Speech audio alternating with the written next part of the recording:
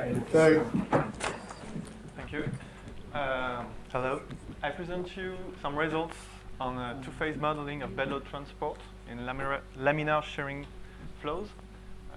This work is carried out in Marseille in collaboration with Malika Ouriemi, Pascal Ossilus, Marc Medal, and Elisabeth Guazzelli. And we have the financial support of the EFP, which is the French Institute for Petroleum, and the National Research Agency. So, what? Okay.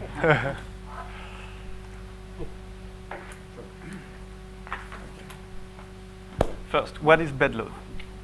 Bed load is a part of the load where sediment are transported in intermittent contact with the bed, that is by slicing, bouncing, and rolling.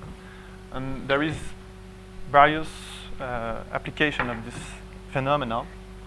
In natural environment, we have the sediment transported in rivers, and in industrial processes, we have the hydrate formation in pipe when the oil is drilled, or in industrial processes such as granular transport in food or pharmaceutical industries. My talk will be divided into two parts. In the first part, I will present you the two-phase model and some one-dimensional solutions, and then an explanation about the threshold of motion. And in the second part, I will show you the way we have chosen to implement this model in 3 dimensions, and some first results about this model.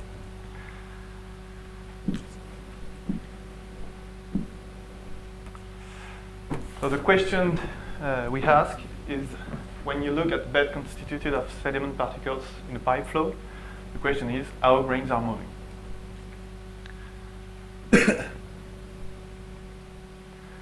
From an experimental point of view, we observe various regimes when increasing the flow rate. For sufficiently low flow rate, we observe a flat bed. Here is shown the bed interface in white from experimental measurements. And the first regime is a bed with no motion. Increasing the Reynolds number, we observe a flat bed with a layer of particles in motion. I can show you a small video.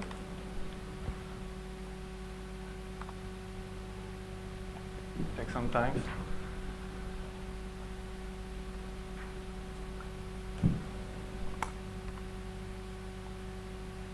Okay. So you see a layer of particles moving downstream. And if the Reynolds number is increased, we observe a bed instability with various patterns. The first one is the laminar dunes. Then we observe vortex dunes, and after that, sinus dunes. Bed experiments have been carried out in cylinder geometry. I show you a video of the vortex dune. Here we see this vortex behind the crest with particles transported. What people are doing usually when they want to model this problem is there is mainly two approaches: particle flux approach and the erosion deposition approach. The common point between these two approaches is the fact that the fluid flow and bed flow are decoupled because of the separation of the time scale. In the particle flux approach, we estimate the particle transport by a particle flux, which depends on the high-dimensionalized bed shear stress, which is the Shields number presented here and denoted theta. It is the main important number in such a problem. And by solving a mass conservation equation, we are able to obtain the bed elevation. The other approach consists in solving a mobile particle number conservation equation, and in this approach we count the number of particles which is eroded from the fixed bed, and the number of particles which is deposited on the fixed bed. And this gives a balance of number of particles.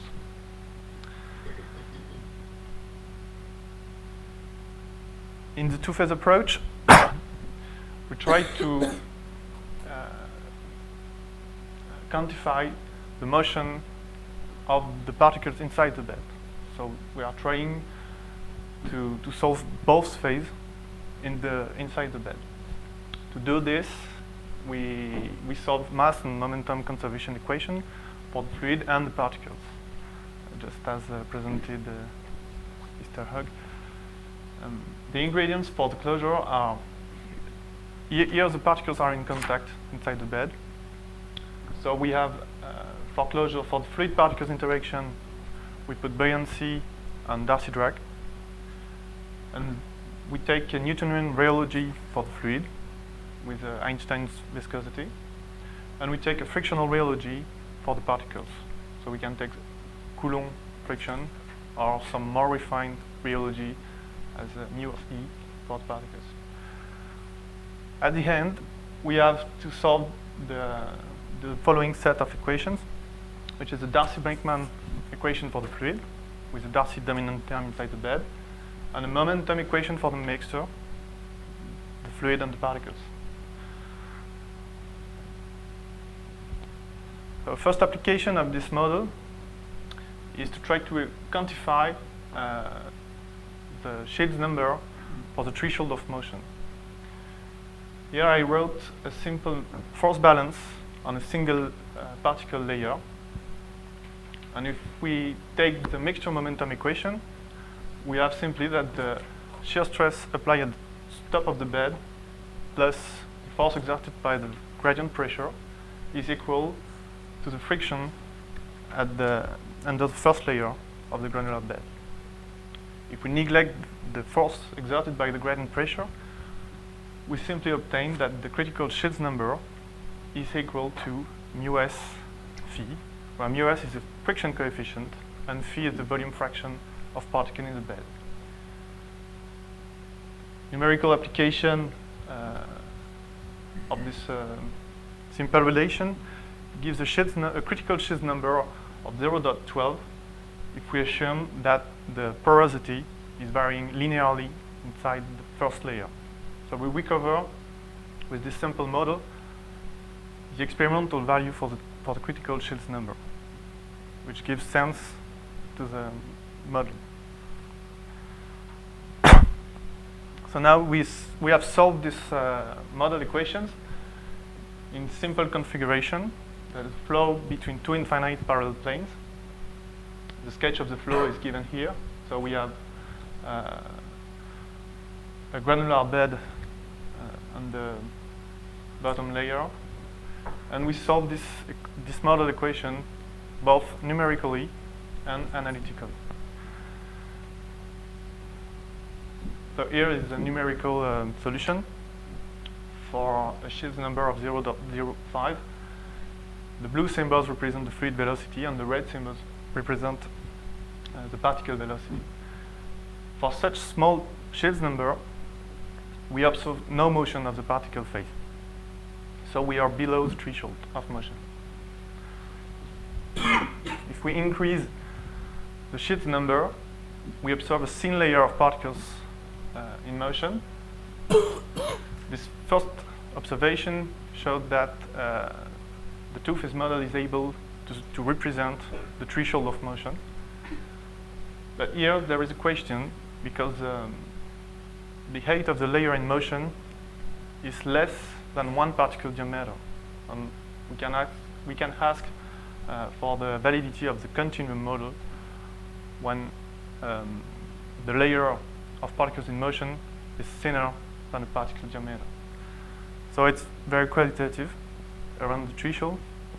But for larger Shields number, we observe that the particle's velocity is equal to the fluid velocity, and there's no slip between the phases. For such high Shields number, we can also solve the model equation analytically. The result is shown here with a black solid line, and we observe good agreement between the numerical solution and the analytical solution. The interesting point is that from this analytical solution we are able to obtain the flow rate, which is given here, with a dependency on the Shields number in power 3, main interest is that many formulations of the flux of particles are obtained from empirical considerations, and here it is based on physical considerations. So I switch now to the 3D model. Now we have an analytical solution to guide our development. We'll try to implement this equation in 3D. And the starting point, I recall you that the objective of this work is to simulate the bed instability, so the dune formation in pipe flows. So we need a 2D or 3D model to achieve this. So the starting point is a Navier-Stokes model with finite element formulation. And we have implemented the specific two-phase terms in this model. And we have tested two formulations for the model. That is the mixed fluid model, where we only solve a mixture momentum equation. So implicitly we assume that the particle's velocity is equal to the fluid velocity, or not very different. And we have also solved the problem, the two-fluid model, where we solve separately the fluid and the particle momentum equations. When implemented these equations, there are two main issues. The first one is the modeling of the friction, and the second one is the resolution of a coupled problem with very strong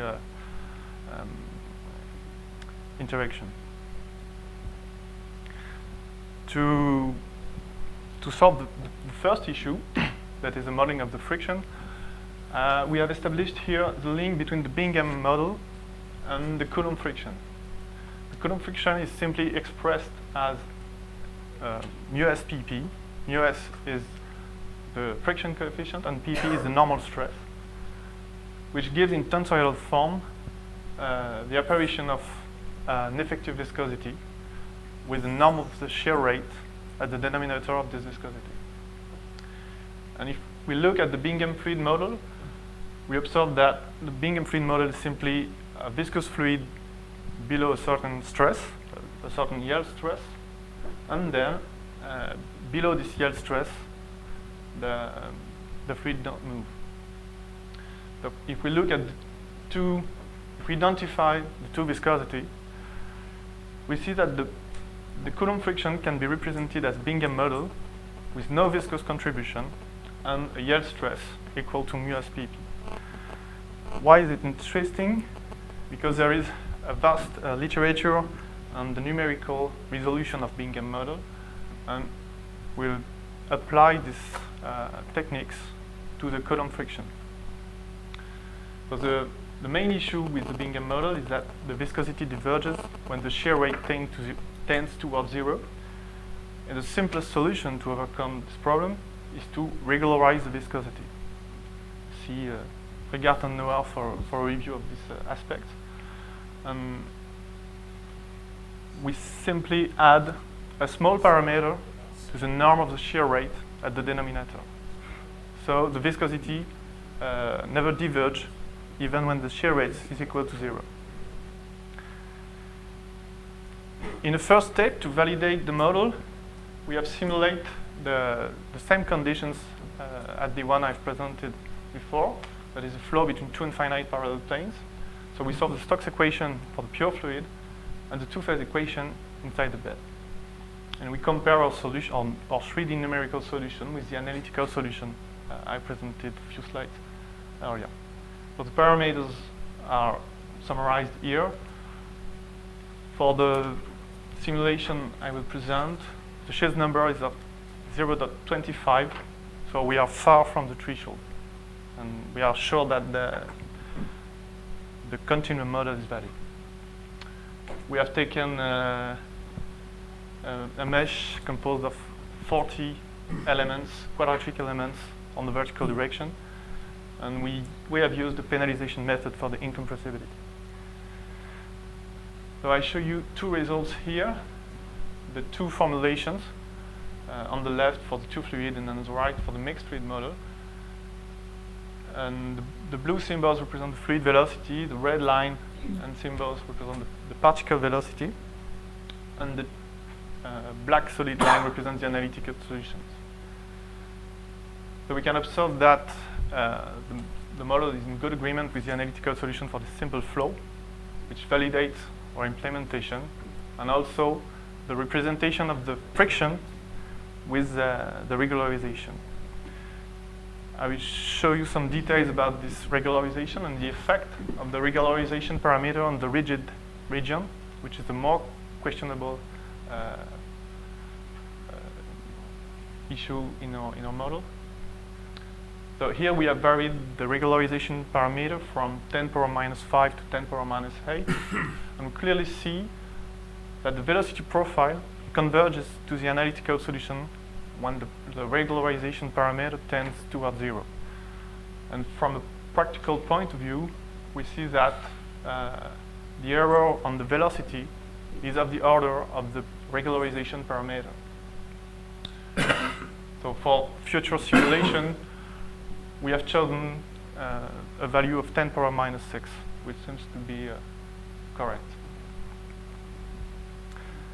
So now we have validated our implementation in a simple geometry. We have performed simulations with complex geometries, that is a square duct and a cylindrical duct. So I show you the mesh here. We have quite the same size of mesh. And here are the velocity profiles for the mixed fluid model. So we see here the horizontal velocity in a cross section in the pipe, for the square pipe on the left and the circular cylindrical pipe on the right. The red line symbolizes the bed interface. And what is important here is that there is no analytical solution for such complex geometries. And what is interesting is that the experimental apparatus used for investigating dune instability is circular. So we need to have solutions for complex geometries.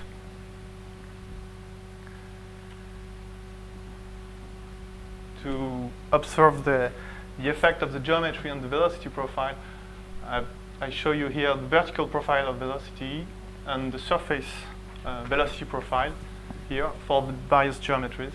So in green is the circular section pipe, in blue the square section, and in red the flow between two parallel planes, compared with the analytical solution on the left.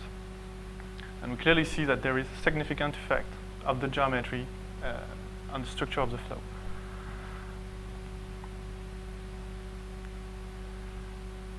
So to conclude, we have proposed a two-phase model for bed load transport that is able to represent the threshold of motion with a correct value of the Shed's number. We are able to obtain the velocity profiles for both phases, and we have deduced from this 1D model an analytical expression for the particle flux. And for the 3D, we have implemented this model in 3D by regularizing the viscosity for the Coulomb friction. And we have shown that this regularization is able to capture the rigid part of the flow. And we have tested and validated two formulations for this model, the mixed fluid and the two-fluid formulation. And we are now able to solve this problem for the square or circular section pipe. And our final goal, so it is the perspectives of this work, is to study the bed instability, that is the formation of dune, in a pipe for which we have many experimental data. So we need to let the spatial evolution of the volume fraction and to realize the stability analysis of the bed. Thank you.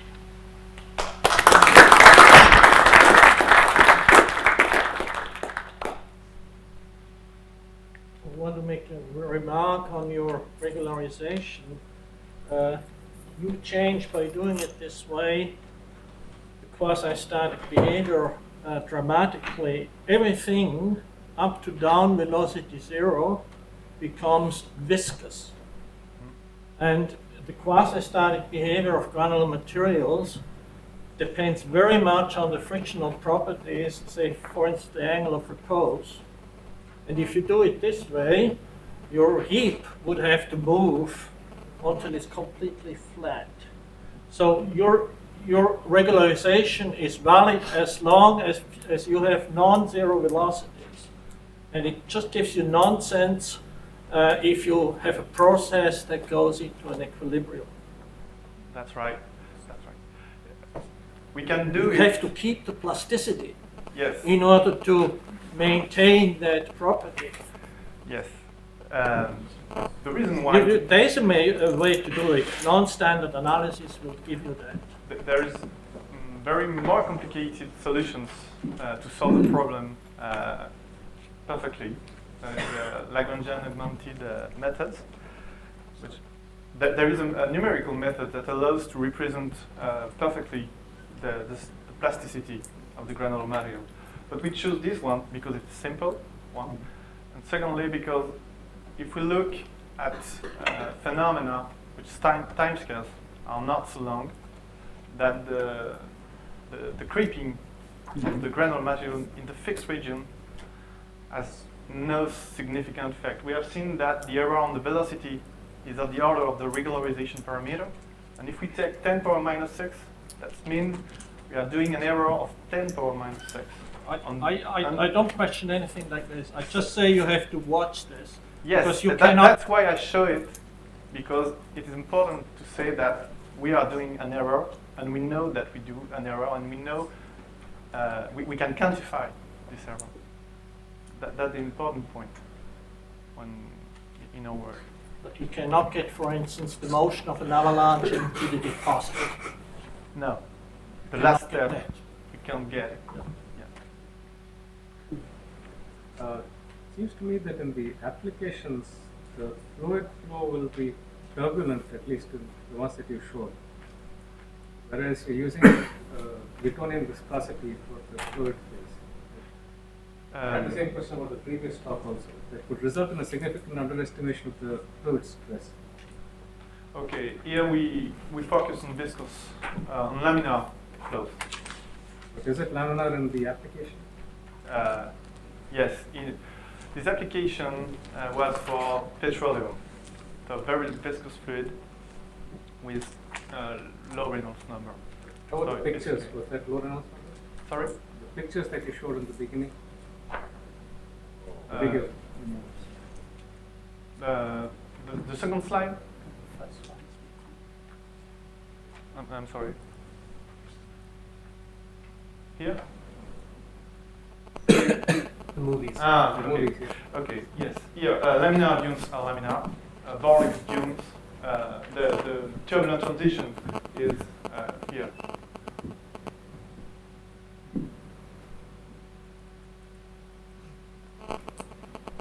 Yeah, I've got a question about the relationship you propose between the bed load flux and the Shields parameter, where you found it go like cube with the Shields parameter.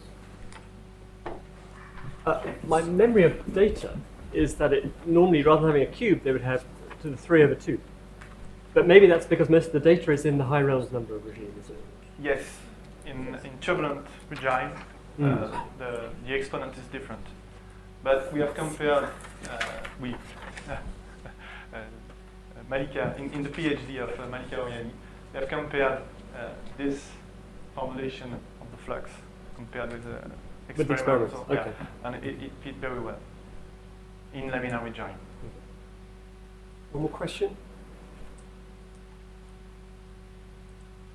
How did you solve your model? Did you write your own no, code, or what kind of? As I said, we have a starting point, which is a 3D Navier-Stokes model, which have 15 years of development. How did you solve it? How did you solve the equations? Do you write your own code, or did you use the software to solve these equations? No. It's a research code developed by Marc Médard in Marseille. But we use libraries to solve the linear algebra system. use spacing. Okay.